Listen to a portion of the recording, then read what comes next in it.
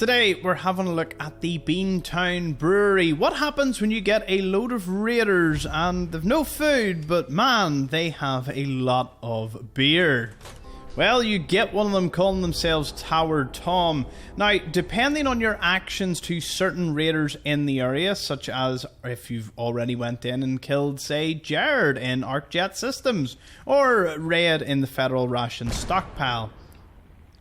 Oh, by the way, I should mention that was a strike, and the raiders will occasionally set off the traps that are littered around the Beantown Brewery. So that's quite a cool thing to find. If you are sneaking, this monkey will detect you and wake up the raider. Make sure it doesn't have that chance. In terms of bottles and glass, there is over 100 bottles throughout the brewery, so be sure to pick up as many as you want. Now let's read into the story here in the reception terminal. The Beantown Brewery tour. They happen every half hour and can last anywhere from 5 to 6 minutes. Guests are treated to a bird's eye view of the brewery from our elevated walkway. The brewery is not liable for patrons who fall from the walkway. Guardrails have been installed for their safety. The tours include a $5 discount from purchases made at the gift shop and a complimentary tasting in the parking lot as guests leave. Temperature complimentary tasting is not guaranteed. Tour price $25 and the complimentary taste is $5, including then the discount. So, capitalism at its finest here in the Fallout universe. Now we have a choice. We can either go right on the catwalk or left. And if you want just the skill book and to get anything valuable in here, in and out, you don't want to see all the Easter eggs, well, it's as simple as just walking into this office. You can pick up the steamer trunk and a picket fence issue. This one will give you fencing around your property, so quite useful for the settlements. Lots of meds, and Tinker Tom is normally found. Well, Tower Tom, not Tinker Tom. He's a different Tom. Anyway, there is the Gwinnett Brew recipe that you will hand over to the robot that makes them in the Shamrock Tap House. And then if I unlock this wee terminal here, we can have a little read at it. Trouble.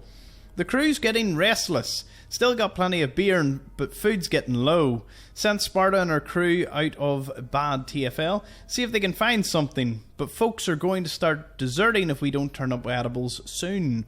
Closest reserves are the federal stockpile, but it seems Lily and Lily Tourette's parents never taught them to share. Gonna have to make a move if we don't hear from Sparta soon. Fucked up bad. We tried to storm the stockpile, but Lily, Red and crew were dug in like ticks. Wiped out half our men before we could bolt. Drake and Hook managed to grab a couple of hostages. Maybe we can trade them for some snack cakes. At least now we've fewer mouths to feed. Jackpot. Lily. It's Lily. I'd recognise her anywhere. Drake brought the hostages from the raid up to my room, and the second I saw her, I knew we were saved. Now Red'll have to deal with us unless she prefers getting her sister back in pieces. I've never seen so much food. When I told her we had her sister, Red thought I was full of shit. But one letter from Little Sis cleared things up real quick. Now the crates are pouring in and so are the recruits. At this rate we'll be able to make a move on Corvega or DB Tech before the year's out. How did she get loose? I chained her to the floor. She was half asleep when she came at me. I thought I was aiming at her leg. Now there's blood everywhere. Gotta clean this up. Do something with the body. This can't get out. Red's not gonna give a shit if she finds out her sister's dead. Problem solved. Rumour of a fat caravan train drifted in today. Whole crew went to hit, except it never showed, because it didn't exist. While everyone was out, I stashed Lily's body in one of the vats. Think she improved the flavour. That's one problem solved. But this gang's dead in the water unless the food keeps coming, and that means Lily's letters need to keep going out. I'm going to have to find some more pens.